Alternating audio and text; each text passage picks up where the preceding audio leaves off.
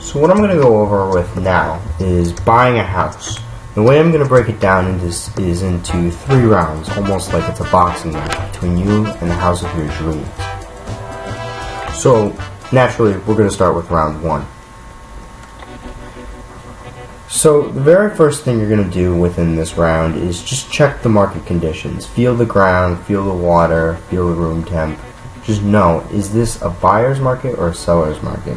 Now what a buyer's market is when the buyers, the housing prices are low. So this is not exactly good if you're trying to sell your house, because odds are you just lost a lot of value from when you bought it, especially if you buy it within a selling market. If it's a seller's market, then you're good. You're golden. You're good to sell it. But in this case, we're buying it, so we're hoping that prices are lower than their actual values. And this is kind of like a domino effect, but we're not going to go too deep into those details. The next thing you're going to want to check before you move on to buying a home, or even looking to buy a home, is to make sure your financial life is all in order. If you're covered in debt, you're living paycheck to paycheck, you're just breaking even, don't even think about taking this step. So like, I even consider just don't even look at this video until you feel that you are completely financially set. The final step within this round is to set the max limit of what you're willing to purchase a home at. We're going to go over a few tools after this video and how you're going to find that. Second round of buying a home is mostly having to do with research. You're going to want to do a thorough search of houses that match your price criteria, yielded from whatever kind of software I'm going to show you next. And then you're going to want to also find a buyer's real estate agent. If this is your first house that you're buying, I highly recommend it. I implore you, please use a buyer's real estate agent. You will not be able to do it on your own. I don't care what you think you have the capability of doing. Just trust me. Get a real estate agent. They will cover you. Maybe in the future, the first time you hire one, you're like, okay, I think I know what I'm doing because I've already done this.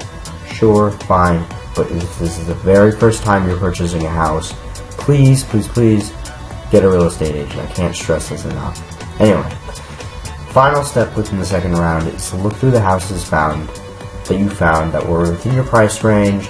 You like what you see, and you know that you're going to be able to sell it, as I mentioned in a previous video, after 5 years of owning it. Maybe you can add some attachments, whatever. Just pick one. And so the final step after this one is you offer and negotiate a deal with the owner. If the owner is unreasonable, which you shouldn't be, especially if you actually looked into the house and found the value is on par with the actual price, maybe even below the price, or above the price, the value above the price, then you're good. But let's say that you run into a bad owner, the owner thinks that it's worth way more than it is, you're never going to be able to resell it on a profit because it's inflated, whatever. Go back to step 5 and just try to see what you can find. Step 6. I accidentally added 2 step 6s. Just look to see go back to step 6 and look through the pile of houses that you've narrowed it down to, and go back to step 7. Should be step 7. I'm sorry. And just close the deal, negotiate a decent price that you're willing to negotiate at, and from there, just protect and enhance that investment to the point where you can resell at a profit and you can be comfortable and you maintain your equity. Your equity will be go over in another video. Please refer to my dynamics or economics of purchasing a house in order to understand those kind of concepts. If you've already seen it, then you probably should know what an equity is. Thank you for watching my video. I'm now going to go over some tools that you can use to figure out some of these. So as I stated in the presentation, I was going to provide some tools to figure out your max price of your house. And I found a nifty tool on CNN Money where you can actually do that just by typing in your annual income, that's after taxes. I highly recommend you use after taxes. you type in the down payment which you're willing to put in, and as I recommended in previous videos, I recommend you put at least 27% of the housing price. So we're going to base that off of what's going to come out of, say we're going to have 0 on the down payment, and then we're going to edit that to figure out what 27% of our down payment, of our total net price will be. So, I don't know, let's start out. Let's say we make, I don't know, fairly modest income. Let's say we make about $45,000. Alright, so that brings it to $230,133. So we're going to pull out our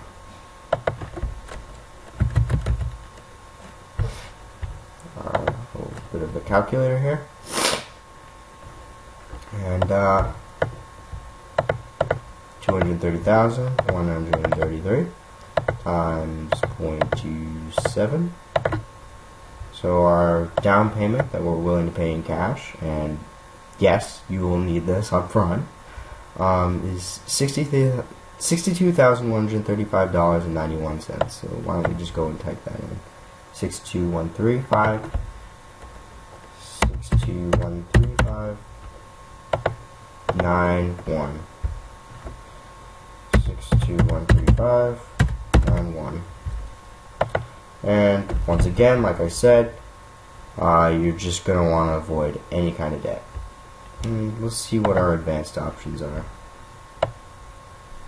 So we're going to want to take short 15-year, and it's going to make a guess based on current mortgage rates, just based on, it varies from, the advanced options tend to be location specific, as you can tell.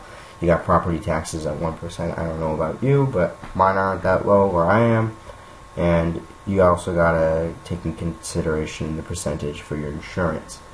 But let's just say these, I don't know, generic terms.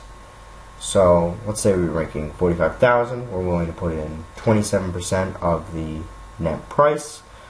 We have $0 in debt, which is highly recommended to maintain your equity. And with all this in consideration, you can afford a house worth $220,296. And with this figure, you can begin looking for a house within your price range. And it even gives you a little nifty monthly payment. I don't really go over this in this presentation, but it's nice to know you're going to be making payments of about $1,350 a month. And I don't know about you, but a lot of people will probably flinch at that, in which case you're probably going to want to look for something much lower than this. But once again, this is your max. So this is anything that's the highest amount, highest price house that you should even consider. Yeah, definitely, I highly recommend looking at something much lower.